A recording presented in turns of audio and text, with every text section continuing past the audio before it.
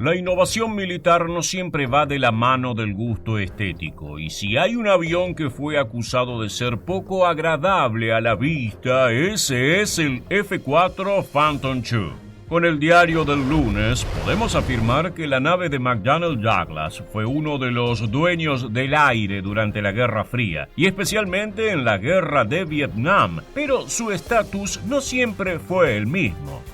En el video de hoy vamos a conocer su historia, su particular diseño y las cualidades que le aseguraron un capítulo en los libros de historia militar.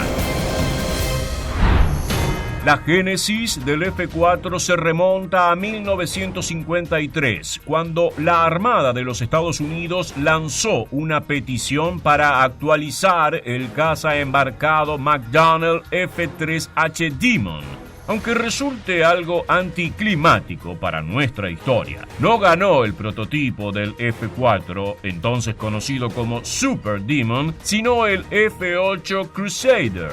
Pero con semejante título, McDonnell no podía dejar de lado al futuro Phantom. La empresa optó por continuar con el desarrollo de ese superdemonio durante el resto de la década de los 50. El resultado de tanto trabajo fue un interceptor y cazabombardero supersónico de largo alcance. Inicialmente, el F-4H iba a ser nombrado como Satán o Mitras. Bajo presión del gobierno norteamericano, el avión recibió un nombre menos controvertido: Phantom II. Primero entró en servicio en la Armada estadounidense en el año 1960, pero con el tiempo también se sumó al Cuerpo de Marines y a la Fuerza Aérea de los Estados Unidos, de forma que durante los 60 el fantasma era la espina dorsal de buena parte de las fuerzas norteamericanas. Esto, sumado a su éxito internacional y su particular aspecto, le valió el lugar de ícono de la Guerra Fría. Muchos afirmaban que era una nave fea de proporciones dispares. El tiempo probó que hay cosas más importantes que la apariencia. El F-4 Phantom II era una nave de 19,2 metros de largo, con una envergadura de 11,7 metros y una altura de 5 metros. Pero las dimensiones no alcanzan para describir su nariz pronunciada, lo que, sumado a la ubicación de los motores y el diseño alar, le daban un aspecto inolvidable. Eso le valió un sinfín de apodos, desde Rino o Rinoceronte por su nariz, a Doblemente Feo y Duff por la posición de las alas y el formato biplaza. Al ser un éxito de ventas entre los aliados del tío Sam, también tuvo apodos en el extranjero. Los pilotos alemanes, por ejemplo, lo llamaban Cerdo de Hierro o Ladrillo Volador, siempre con cariño. Al ser una máquina pesada y de grandes dimensiones, necesitaba una planta motriz a la altura. Se eligieron dos turborreactores General Electric J79 GE17A, que generaban cada uno un empuje de 53 kN en modo regular y de 79,4 kN al utilizar postcombustión. Su velocidad crucero era de 940 km por hora, y a pesar de ser una nave de grandes dimensiones y con un peso máximo al despegue superior a las 27 toneladas, era capaz de alcanzar una velocidad máxima cercana a Mach 2.23. Una marca impresionante que iba en sintonía con las velocidades supersónicas alcanzadas por las naves de la Guerra Fría. Por último, su radio de acción era de 680 kilómetros, con un techo de vuelo de poco más de 18.000 metros. La mayor ventaja del F-4 a la hora del combate aéreo era su potencia, que le permitía al piloto entablar combate directo y retirarse a voluntad. Aunque el F-4 mostró ser algo propenso a entrar en barrena al realizar maniobras de ataque, los pilotos informaron que el avión tenía buena respuesta y era fácil de pilotar en el filo de la capacidad de sus prestaciones. El avión estaba diseñado para disparar misiles guiados por radar más allá del límite visual, es decir, a unos 37 kilómetros de distancia entre el Phantom y su enemigo. Esta cualidad fue volviéndose más importante con el correr de los años. Hoy en día el combate aéreo cercano es prácticamente inexistente y los misiles BBR son infaltables en cualquier arsenal.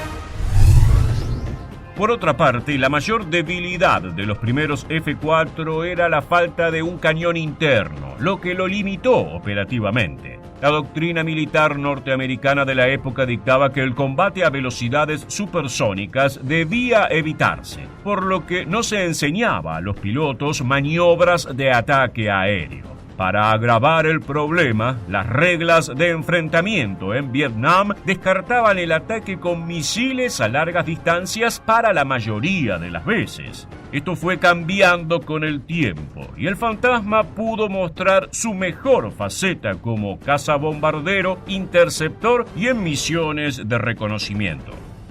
Un factor clave fue el hecho de que al poco tiempo de su puesta en servicio, los F-4 de la Fuerza Aérea empezaron a llevar contenedores de armas externas tipo SUU-16 o SUU-23, en los cuales se emplazaron cañones Gatling M61 Vulcan de 20 milímetros.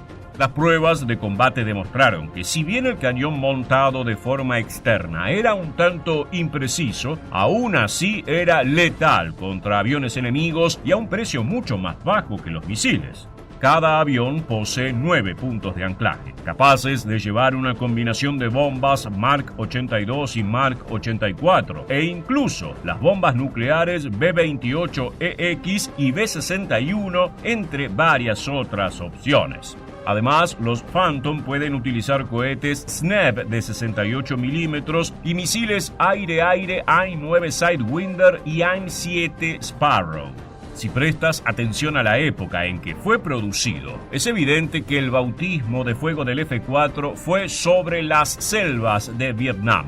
Una de las misiones más importantes en las que participaron los Phantom II fue la Operación Bolo, llevada a cabo el 2 de enero de 1967. Luego, el 10 de mayo de 1972, un F-4 de la Armada derribó a 3 MiG vietnamitas, lo que llevaría a sus pilotos a ser los primeros ases de la guerra. Además de la potencia norteamericana, otros países que han operado al Fantasma fueron Alemania, Egipto, Australia, Corea del Sur, España, Irán, Japón e Israel. Es por ello que han habido F-4 Phantom II en prácticamente todos los conflictos de gran escala de la segunda mitad del siglo XX. Durante la etapa inicial de producción, Estados Unidos realizó una serie de vuelos de prueba con el objetivo de romper récords a modo de propaganda. Entre las principales marcas destacan las de velocidad de ascenso, de velocidad promedio en un circuito de 100 kilómetros y de altitud. En diciembre de 1961, utilizando un inyector de agua metanol, alcanzó la impresionante velocidad de 2.585 km por hora. Excepto en esta ocasión, siempre se utilizaron aviones de producción sin modificaciones especiales para, en total, establecer 15 marcas individuales. 5 de esas marcas de velocidad no fueron superadas hasta 1975. Lo cual es aún más destacable, si tenemos en cuenta que durante esas décadas se dieron muchos de los avances tecnológicos más importantes en la aviación militar. Nadie volvió a reírse de la apariencia del F-4 Phantom II luego de estos ensayos de vuelo. Con el paso de los años, el F-4 fue reemplazado por naves más modernas como el F-15 o el F-16, pero se mantuvo en servicio suficiente tiempo para tomar parte en la Guerra del Golfo. Su carrera norteamericana culminó en 1996, aunque hoy en día continúa en uso en Grecia, Turquía, Irán y Corea del Sur. La próxima vez que escuches que lo esencial es invisible a los ojos, de seguro recordarás a este avión feo que dominó los cielos de la Guerra Fría. Así llegamos al final de esta entrega. Gracias por acompañarnos nuevamente. Nos reencontraremos en el próximo video de Aviación Militar.